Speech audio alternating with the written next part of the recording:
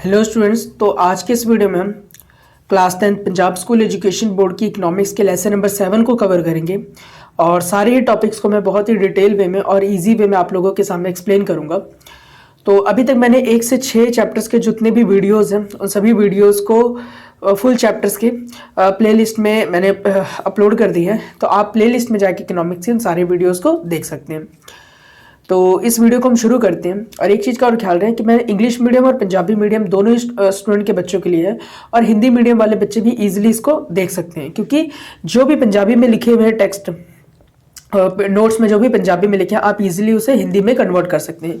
Main चीज़ है कि आपको चैप्टर समझ में आना चाहिए, जो कि मैं हिंदी में एक्सप्लेन कर ही रहा हूँ, इंग्लिश में यहाँ पे लिखा ही हुआ है, ठीक है, और पंजाबी में भी साथ में लिखा हुआ है। तो तीनों ही मीडियम के स्टूडेंट्स को किसी भी तरह की जो प्रॉब्लम है वो नहीं फेस होगी। तो चलिए मिलते हैं नेक्स्ट, चलिए स्टार्ट करते हैं इस वीडियो को। तो चैप्टर नंबर हमारे पास 7 है और जिसका नेम है फाइनेंशियल अवेयरनेस, ठीक है, जिसको बोलते हैं वित्तीय जागरूकता। अब फाइनेंशियल अवेयरनेस का मतलब क्या चीज़ होता है, सबसे पहले इसकी परिभाषा को समझते हैं।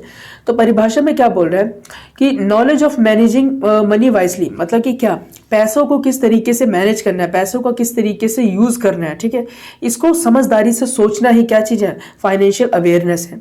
इसके अलावा बोला अंडरस्टैंडिंग इनकम एंड एक्सपेंसेस, जितने भी आपकी इनकम है मतलब आमदनी है और जितने भी आपके खर्च हैं उस चीज़ को समझना, ठीक है, कि आपकी आमदनी है तो किस तरीके से आपकी आमदनी हो रही है, आपके जो खर्च है वो कहाँ पर खर्च हो रहे हैं, किस तरीके से खर्च हो रहे हैं, तो इन सारी चीज़ों को समझना।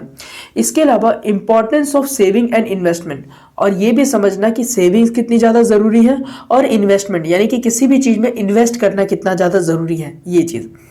तो इसके अलावा बोला अवेयरनेस ऑफ फाइनेंशियल रिस्क, ठीक है, जितने भी वित्तीय जो रिस्क होते हैं, पैसे से संबंधित जितने भी जोखिम होते हैं, उन सारी चीज़ों के प्रति जो जागरूकता होती है, जो समझ होती है, इसको ही कहते हैं क्या, फाइनेंशियल अवेयरनेस। इसके अलावा क्या बोला, स्मार्ट बजटिंग एंड स्पेंडिंग।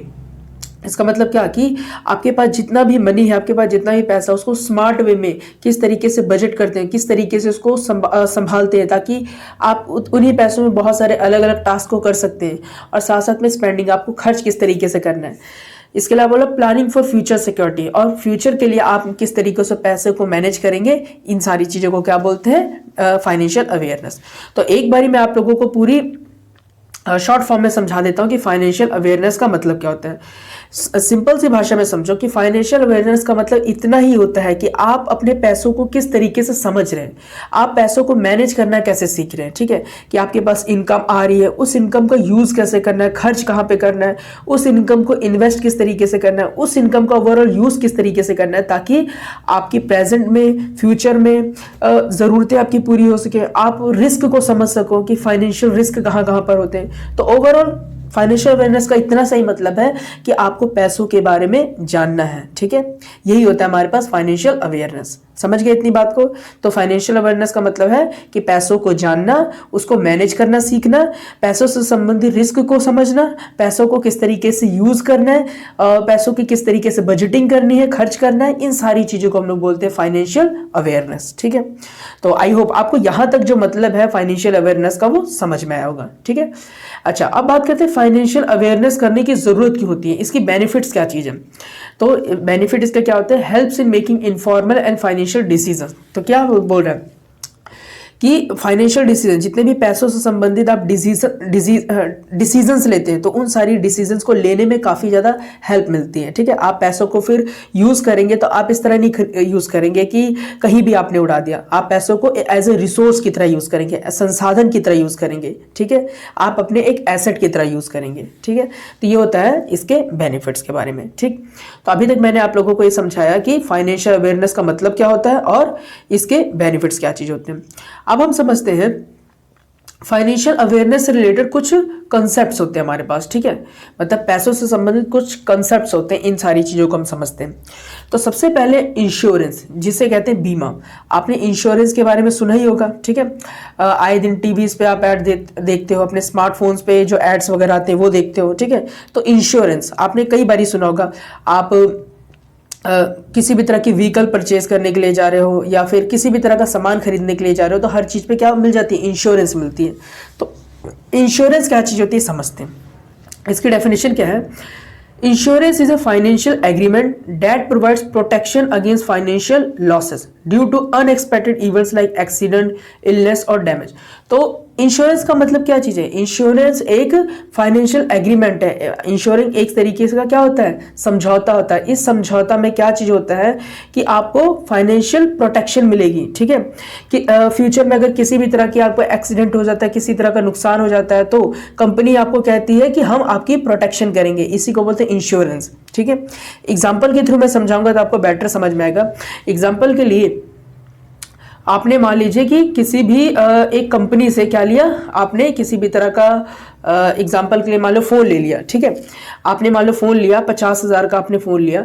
अब कंपनी क्या दे रही है? कंपनी आपको उस फ़ोन पे इंश्योरेंस दे रही है, ठीक है। इसका मतलब मान लो कंपनी ने 2 साल का इंश्योरेंस दे दिया। इसका मतलब ये है कि अगर 2 साल के अंदर ये फ़ोन आपका गुम हो जाता है, ये फ़ोन आपका टूट जाता है, या इस फ़ोन को किसी भी तरह का नुकसान पहुंचता है, तो कंपनी आपको कहती है कि आप टेंशन मत लीजिए, इस फ़ोन के जितना भी नुकसान होगा हम आपको पे कर देंगे, हम आपको इंश्योर करते हैं, ठीक है। हम आपको श्योरिटी दिलवाते हैं कि 2 साल तक अगर इस फ़ोन में किसी भी तरह की दिक्कत आएगी तो हम सारा का सारा खर्चा हम उठाएंगे, ठीक है। तो इसको क्या बोलते हैं? इसको बोलते हैं इंश्योरेंस, ठीक है। इसी तरीके से आपने LIC वगैरह का नाम भी सुना होगा। तो LIC वगैरह क्या करती हैं?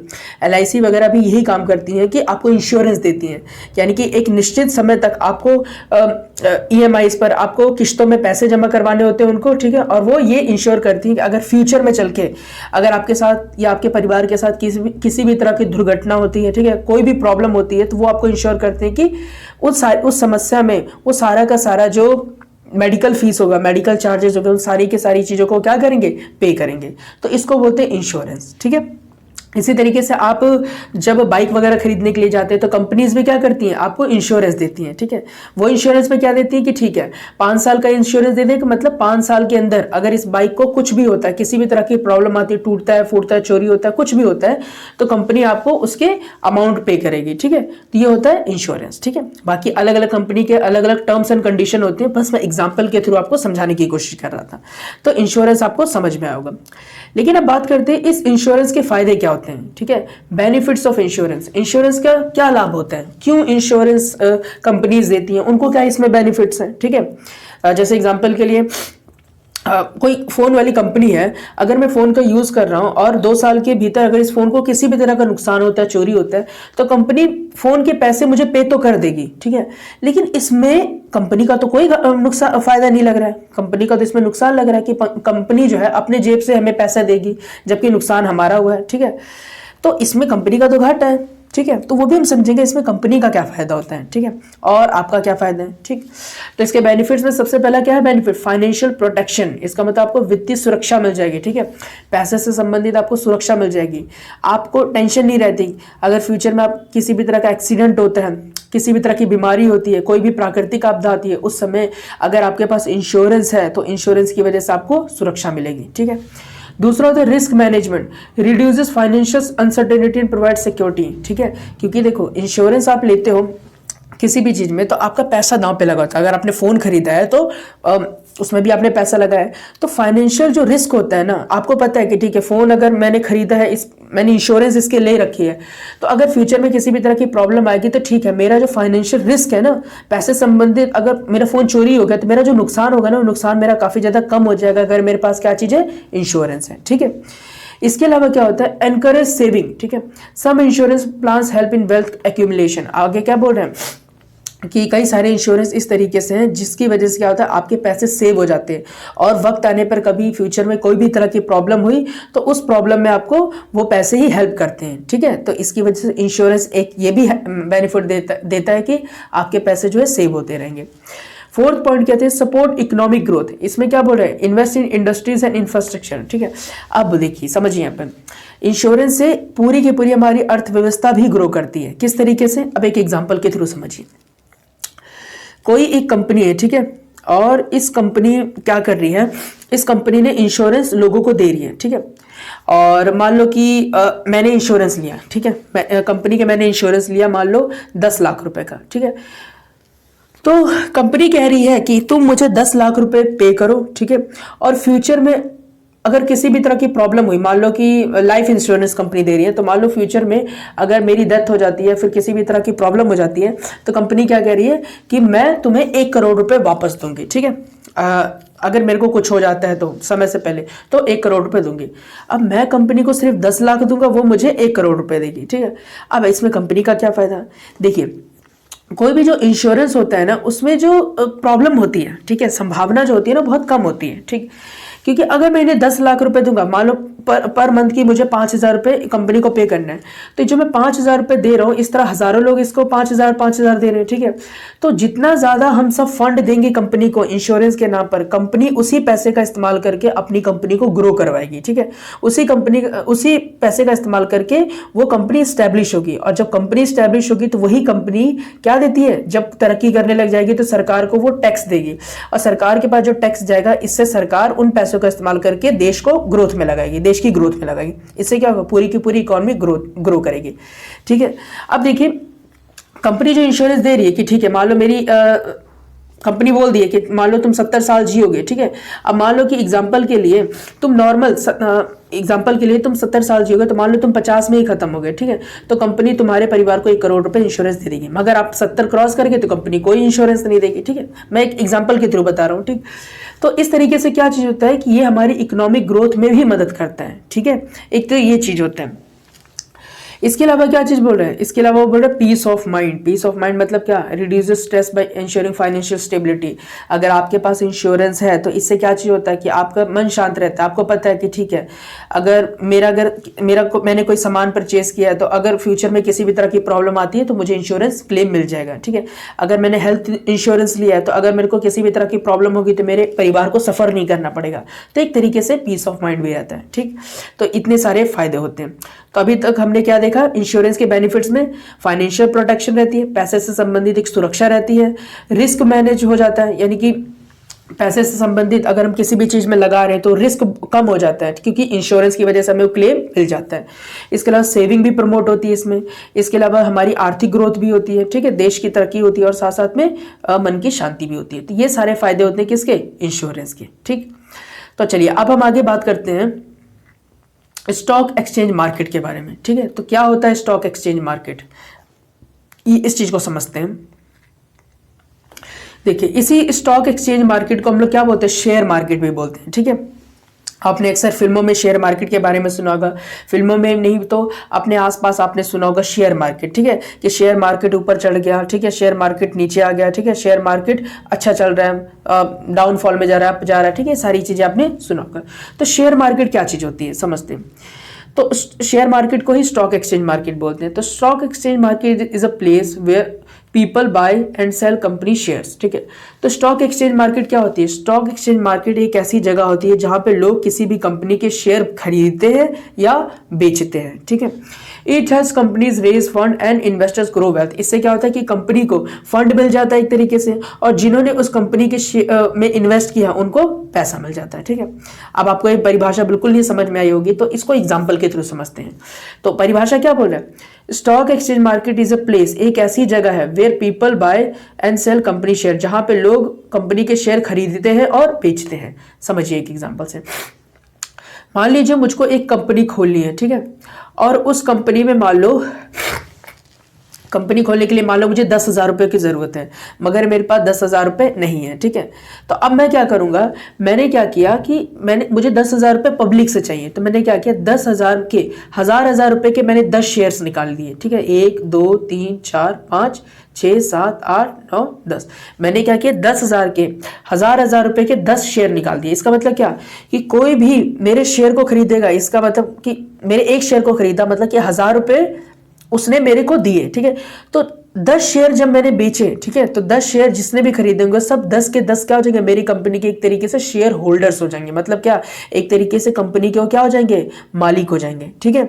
अब ये चीज होता है कि देखो, अब वो 10 लोगों ने मुझे पैसे दे दिए, अब क्या होगा, मैं उन हजार रुपए जो 10 लोगों से मैंने लिए, 10,000 हो गए। अब जो 10,000 रुपए मेरे पास हुए, उस 10,000 का इस्तेमाल करके मैं अपनी कंपनी में लगाऊंगा, और कंपनी में आगे चल के किसी भी तरह का जो प्रॉफिट होगा, ठीक है, तो जो प्रॉफिट होगा तो उस प्रॉफिट का मान लो कि मैंने 1% उस जितना भी प्रॉफिट होगा उसका कुछ हिस्सा जो मैं इन लोगों को दे दूंगा, ठीक है। तो इससे क्या होगा, जिन्होंने शेयर इन्वेस्ट किया उनका भी फायदा, और मुझे पैसे भी मिल गए, मेरा भी फायदा, और इसी पैसे का इस्तेमाल करके मैं गवर्नमेंट को टैक्स दे दूंगा तो गवर्नमेंट का भी फायदा। तो इस तरीके से क्या होता है, ये स्टॉक एक्सचेंज मार्केट होता है, ठीक है। तो यहाँ पर क्या चीज होता है, स्टॉक एक्सचेंज मार्केट में लोग आते हैं, ठीक है, किसी भी कंपनी के शेयर को खरीदते हैं या बेचते हैं, ठीक है। तो मान लो मैंने किसी कंपनी का शेयर खरीद लिया और मुझे पता लगा कंपनी डाउनफॉल में जा रही है, ठीक है, तो मैंने क्या करूंगा कि उसी कंपनी के शेयर को मैं बेच दूंगा, अगर कोई और खरीद लेगा, ठीक है, तो इसमें आपका नुकसान होने से बच जाएगा, ठीक है। ये चीज हो गई। तो आई होप आपको ये चीज़ समझ में आ रही होगी कि मैं समझाने की जो कोशिश कर रहा हूँ वो क्लियर हो रहा होगा आपको। तो एक और एग्जांपल से हम समझ लेते हैं इस चीज़ को, ठीक है, कि किस तरीके से चीज़ें काम करती हैं। तो शेयर मार्केट स्टॉक एक्सचेंज में मान लो कि 5 शेयर है मेरे पास, ठीक है। मान लो मुझे 5,000 रुपये की ज़रूरत है, एग्जाम्पल के लिए कि मेरी कंपनी है, 5,000 रुपये की ज़रूरत है, तो मैंने 5 शेयर निकाल दिए, ठीक है, कि मतलब कि 1,000 रुपये का मेरा एक शेयर है, कि मतलब कि कोई भी व्यक्ति मेरा एक शेयर खरीदेगा तो उसे 1,000 रुपये मुझे देना पड़ेगा, ठीक है। और आगे चल के मुझे प्रॉफिट होगा, ठीक है, मान लो मेरी कंपनी ऊपर जा रही है, प्रॉफिट बढ़ता जा रहा है, तो क्या होगा, जिन्होंने शेयर लगाया हुआ है, जिन्होंने 1,000 रुपये का मेरा शेयर खरीदा, उनका भी प्रॉफिट बढ़ेगा, ठीक है। तो ये चीज होगा। अगर मान लो कि मेरी कंपनी लॉस में जा रही है, तो लॉस में जब जाएगी तो जिन्होंने 1,000 रुपये शेयर लगाया उनका शेयर के प्राइसेस भी डाउन जाते जाएंगे। हो सकता है उनके शेयर के प्राइसेस 900 हो जाए, 800 हो जाए, कि मतलब कि जब मेरी कंपनी डाउन में जा रही होगी तो मान लो मेरे शेयर के प्राइसेस 800 रुपये हो गए, तो वो जो 800 रुपये हैं वही अब उस व्यक्ति को मिलेगा। अगर वो सोच रहा है कि कहीं और डाउन ना चला जाए, 800 से 600 प्राइस ना चले जाए, तो वो क्या करेगा, वो उसी शेयर को बेच देगा किसी और को, ठीक है। तो इस तरीके से शेयर मार्केट काम करता है। तो ओवरऑल समझ गए, ओवरऑल शेयर मार्केट में और कुछ नहीं होता। शेयर मार्केट में ये होता है कि आप किसी भी कंपनी के शेयर को खरीद लेते हो, यानी कि आप जितना का शेयर खरीदे हो आप उस कंपनी के छोटे से पार्टनर बन जाते हो, ठीक है। वो कंपनी जैसे ग्रो करेगी वैसे वैसे जो जिसने इन्वेस्ट किया है, जिसने शेयर खरीदे उसका भी फायदा होगा। अगर कंपनी डाउनफॉल में जाएगी तो जिसने शेयर लगाया है उसका नुकसान होगा, ठीक है। ये चीज हो गई। तो ये हो गई शेयर मार्केट के बारे में। तो अब बात करते हैं types of stock exchange market. Bharat में जो स्टॉक एक्सचेंज मार्केट है, जिसको शेयर मार्केट भी बोलते हैं, इसके कितने टाइप्स होते हैं? तो इसके 2 टाइप्स होते हैं। एक होता है हमारे पास बॉम्बे स्टॉक एक्सचेंज और एक होता है नेशनल स्टॉक एक्सचेंज। तो 1 बाय 1 समझते हैं। बॉम्बे स्टॉक एक्सचेंज तो समझ लो एक ऐसी जगह है, ठीक है, बॉम्बे स्टॉक एक्सचेंज, जहां पे शेयर खरीदे और बेचे जाते हैं। तो बॉम्बे स्टॉक एक्सचेंज को BSE भी बोलते हैं। तो ये जो BSE है, इसकी स्थापना जो हुई थी 1875 में हुई थी, ठीक है। पूरे एशिया का सबसे ओल्डेस्ट शेयर मार्केट है, ठीक है, स्टॉक एक्सचेंज मार्केट है, जहां पे शेयर खरीद और बेच सकते हो, ठीक है। यहाँ पे मिक्स होता है, मतलब कि क्या, आप इसमें ऑफलाइन भी शेयर परचेज और सेल कर सकते हो, ठीक है। ऑफलाइन ट्रेडिंग भी इसमें होती है और इसमें इलेक्ट्रॉनिक ट्रेडिंग भी होती है। लेकिन अब जमाना काफ़ी बदल चुका है, तो अब ये पूरी तरीके से इलेक्ट्रॉनिक हो चुका है, ऑनलाइन हो चुका है, ठीक है। ये चीज़ तो 2 तरह के होते हैं। एक होता है BSE, ठीक है, BSE के बारे में मैंने आपको बताया। बॉम्बे स्टॉक एक्सचेंज मार्केट 1875 में इसकी स्थापना हुई थी। एशिया का सबसे पुराना स्टॉक एक्सचेंज मार्केट है और यहाँ पर अब ये तो समझ लो कि पूरी तरीके से इलेक्ट्रॉनिकली यहाँ पे शेयर खरीदे और बेचे जाते हैं, ठीक है। एक होता है हमारे पास नेशनल स्टॉक एक्सचेंज, ठीक है, जिसको बोलते हैं NSE, ठीक है, नेशनल स्टॉक एक्सचेंज NSE बोलते हैं। इसकी स्थापना कब होती है? इसकी स्थापना 1992 में हुई थी, ठीक है। अच्छा, non for its high speed electronic trading platform, ये भी एक ट्रेडिंग प्लेटफॉर्म है जहां पे आप शेयर खरीद सकते हो, बेच सकते हैं, और ये बहुत ही हाई स्पीड है, मतलब कि क्या, इसमें काम बहुत ज़्यादा तेजी से होता है। और become a domain exchange with a focus on technology, क्योंकि टेक्नोलॉजी का इस्तेमाल इसमें बहुत ज़्यादा किया जाता है, इसी वजह से काफ़ी ज़्यादा फेमस है, ठीक है। तो ये चीज आपको समझ में आई होगी। तो अब बात करते हैं 2 चीजें। एक होता है हमारे पास सेंसेक्स, एक सेकंड रुक जाइए,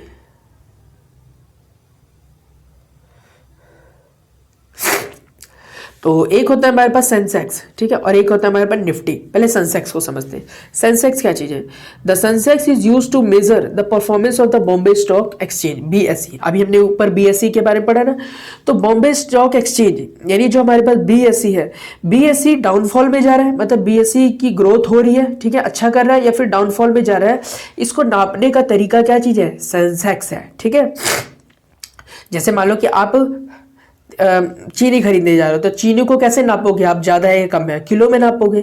उसी तरीके से BSE Bombay stock exchange market, ठीक है, तो BSE क्या चीज है? जहां पे लोग शेयर खरीदते हैं, बेचते हैं। तो मुझे कैसे पता लगेगा कि BSE से मैं शेयर खरीद रहा हूं तो वहां पे क्या होंगे, बहुत सारी कंपनीज एनरोल होंगी ना। तो जैसे बीएसई है, तो बीएसई एक जगह है, यहाँ पे बहुत सारी कंपनीज ने अपना नाम दिया होगा कि मैं अपने शेयर बेचना चाहते हैं, मैं अपने शेयर बेचना चाहते हैं, ठीक है। तो मुझे कैसे पता लगे कि यहाँ पे जो कंपनीज आई हैं उनके शेयर्स जो है अगर मैं खरीद लूंगा तो मेरा प्रॉफिट होगा, ठीक है। तो इसको एक नापने का तरीका, क्या चीज़ है, नापने का तरीका सेंसेक्स है, ठीक है। अब सेंसेक्स क्या चीज होता है, Sensex is like a collection of 30 popular and big companies. तो सेंसेक्स क्या है, बीएसई में जितनी भी 30 सबसे बड़ी और पॉपुलर कंपनीज हैं, ठीक है, उनके परफॉर्मेंस को चेक किया जाता है, ठीक है। It help to see how well these companies are doing in the stock market. हमें बीएसई में 30 कंपनियों का रिकॉर्ड दिखाया जाता है, 30 कंपनियां डे टू डे लाइफ में ऊपर जा रही है कि डाउनफॉल में जा रही है, ठीक है। तो ये कंपनियां कैसा परफॉर्म कर रही है ये हमें दिखाया जाता है इसमें, ठीक है। If most of them are doing well, अगर इसमें से ज्यादातर कंपनियां अच्छा कर रही है तो सेंसेक्स क्या होगा, गोज अप, सेंसेक्स ऊपर जाएगा। And if they are not doing well, अगर ये अच्छा नहीं करेंगे तो सेंसेक्स जाएगा डाउनफॉल में जाएगा। तो इतनी बात समझ में आएगी, तो एक बार समझिए। तो जो बीएसई होता है हमारे पास, बॉम्बे स्टॉक एक्सचेंज, इसमें क्या चीज है, बहुत सारी कंपनीज होती है, मगर 30 जो टॉप की कंपनीज होती है, जो सबसे बड़ी रेवेन्यू वाली कंपनीज होती हैं, जो पॉपुलर कंपनीज होती हैं, इनके परफॉर्मेंस को चेक किया जाता है, ठीक है। अगर इनकी परफॉर्मेंस अच्छी है ज्यादातर कंपनीज की, तो सेंसेक्स जो है हाई जाएगा। अगर इनकी परफॉर्मेंस खराब हो रही है, मतलब ये लॉस में जा रही है, तो सेंसेक्स डाउनफॉल में जाएगा। तो इन कंपनीज के परफॉर्मेंस को देख के मैं ये जज करूंगा कि बीएसई में जितनी कंपनीज हैं उनके स्टॉक को मुझे खरीदना चाहिए या फिर नहीं खरीदना चाहिए, ठीक है। तो ये हो गया हमारे पास सेंसेक्स। ये बात आपको समझ में आई। तो चलिए अब हम आगे बढ़ते हैं। अब हम बात करते हैं निफ्टी की। निफ्टी क्या चीज होता है, तो the Nifty 50 is use to measure the performance of the national stock exchange. अब जिस तरीके से मैंने बीएसई की बात करी, उसी तरीके से एनएसई भी होता है। जैसे नेशनल स्टॉक एक्सचेंज 1992 में स्थापना हुई थी, बताया था ना अभी आपको। तो एनएसई में भी बहुत सारी कंपनीज अपने शेयर्स को बेचती हैं, ठीक है, या फिर लोग यहाँ पे शेयर बेचने और खरीदने के लिए आते हैं, ठीक है। तो एनएसई में क्या चीज होता है, टॉप की जो 50 कंपनीज होती हैं, जैसे बीएसई में 30 टॉप की कंपनीज होती हैं, उसी तरीके से एनएसई में टॉप की जो 50 कंपनीज होती हैं उनके परफॉर्मेंस को चेक किया जाता है, ठीक है। अगर ज्यादातर कंपनीज, टॉप 50 कंपनीज अच्छा परफॉर्मेंस कर रही है तो निफ्टी क्या होगा, ऊपर जाएगा। अगर कंपनीज अच्छा नहीं कर रही है तो निफ्टी डाउनफॉल में जाएगा, ठीक है। तो दोनों ही सेम है, बस बीएसई में टॉप 30 कंपनीज की परफॉर्मेंस देखी जाती है और निफ्टी में टॉप 50 कंपनीज के परफॉर्मेंस देखी जाती है। निफ्टी किसका हिस्सा है, निफ्टी किसका हिस्सा है, एनएसई का, ठीक है, नेशनल स्टॉक एक्सचेंज मार्केट का हिस्सा है। और बीएसई सॉरी सेंसेक्स किसका हिस्सा है, सेंसेक्स बीएसई का हिस्सा है, बॉम्बे स्टॉक एक्सचेंज मार्केट का, ठीक है। तो ये दोनों चीजें आपको समझ में आ गई होंगी। तो चलिए अब हम बात करते हैं नेक्स्ट टॉपिक के बारे में कि की points to consider before investing. मतलब कि इन्वेस्ट करने से पहले हमें कौन कौन सी बातों का ध्यान रखना चाहिए, ठीक है। मतलब कि क्या, आप जब इन्वेस्ट करने के लिए जाएंगे, किसी भी कंपनी के शेयर खरीदने के लिए जाएंगे, तो किन बातों का ध्यान रखना चाहिए। तो सबसे पहले अंडरस्टैंड द इन्वेस्टमेंट, ठीक है। क्या बोल रहा है कि निवेश को समझो सबसे पहले। Know what you are investing and its risk. तो जिस भी चीज में आप इन्वेस्ट करने के लिए जा रहे हो तो सबसे पहले समझो उस इन्वेस्टमेंट को, ठीक है, और उसके फायदे, नुकसान को, रिस्क को, सारी चीजों को समझो पहले, ठीक है। आगे क्या बोल रहे हैं, risk tolerance, assess how much risk you are willing to take. और ये भी ध्यान रखिए कि अगर आप किसी चीज में इन्वेस्ट करने के लिए जा रहे हैं तो आप कितना रिस्क उठा सकते हैं, ठीक है। मान लीजिए आपकी आमदनी ही है सिर्फ 10,000 रुपए, ठीक है, और आप 50,000 रुपए वहां पे इन्वेस्ट करने के लिए जा रहे हैं, तो ये भी चीज देखो ना कि कहीं आपकी वो लेवल जो है, जिस लेवल पर आप हो उससे काफी ऊपर ना चले जाओ कि बर्बाद हो तो पूरी तरीके से बर्बाद हो जाओ, ठीक है।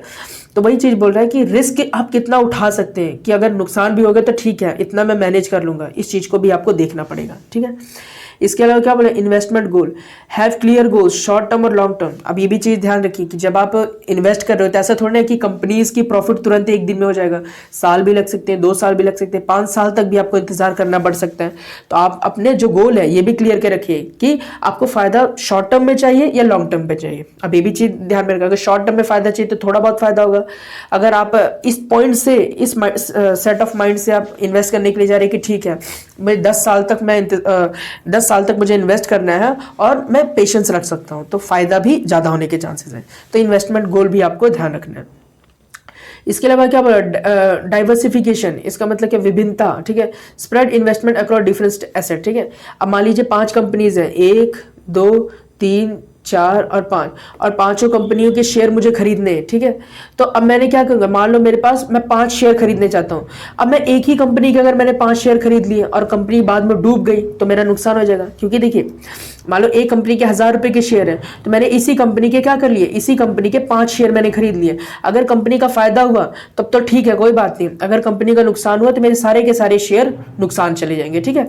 इसी वजह से क्या बोला, डाइवर्सिफिकेशन रखो, अपने शेयर्स एक जगह मत इन्वेस्ट करो, ठीक है, अलग अलग इन्वेस्ट करो, ठीक है, ताकि क्या हो, अगर एक कंपनी से नुकसान भी हुआ तो बाकी कंपनी से आपको फायदा होने के चांसेस बढ़ जाए, ठीक है।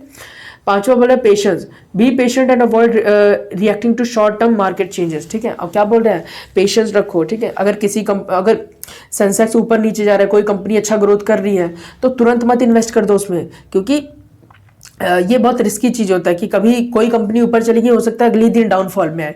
तो आपको प्रॉपर स्टडी करनी होगी, देखना पड़ेगा कि लॉन्ग टर्म में कौन सी कंपनीज ग्रोथ करती हैं ये, ठीक है, कौन सी कंपनी बस 1-2 दिन बस हवा में आ जाती है, उसके बाद वापस डाउनफॉल में चली जाती है। तो सब्र करके आपको ये सारी चीजें देखनी पड़ेंगी, ठीक है। तो हमने क्या क्या चीजें का, इन्वेस्ट करने से पहले किन चीज़ों का ध्यान रखना है, सबसे पहले इन्वेस्टमेंट को आपने समझना है, फिर रिस्क टॉलरेंस, आप कितना रिस्क ले सकते हैं ये चीज़ समझना है, फिर आपकी इन्वेस्टमेंट गोल क्या है, आप शॉर्ट टर्म इन्वेस्टमेंट करना चाहते हो, फिर लॉन्ग टर्म इन्वेस्टमेंट करना चाहते हो, फिर डाइवर्सिफिकेशन, मतलब कि सारे जो शेयर्स हैं किसी एक जगह पे ही ना इन्वेस्ट करें, अलग अलग जगह से अलग अलग शेयरों में इन्वेस्ट करें, पेशेंस रखें, ठीक है। इसके अलावा चलिए अब अगला टॉपिक हम बात करते हैं, और ये हमारा लास्ट टॉपिक है इस चैप्टर का, कि importance of stock exchange market. जो हमारा स्टॉक एक्सचेंज मार्केट है, शेयर मार्केट है, इसकी इंपॉर्टेंस क्या है, क्यों ये जरूरी है, ठीक है।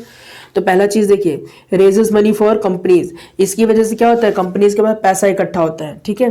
क्योंकि देखो कोई भी कंपनी है, कोई भी कंपनी अगर खोलना चाहता है तो ऐसा नहीं होता कि कंपनीज के पास बहुत सारा पैसा होता है, ठीक, वो पैसा पब्लिक से आता है, ठीक है। आप शेयर खरीदते हो तो वो आप पैसे इन कंपनीज को देते हो, फिर ये कंपनीज ग्रोथ करती हैं, और जब ये कंपनीज ग्रोथ करेंगी तो ये रोजगार देंगी, बहुत सारे लोगों को रोजगार देंगी, तो क्या होगा, कंपनी ग्रो करेगी तो टैक्स मिलेगा, और टैक्स सरकार को मिलेगा तो सरकार उससे हमारा भला कर पाएगी, ठीक है। तो इस तरीके से फायदा होता है।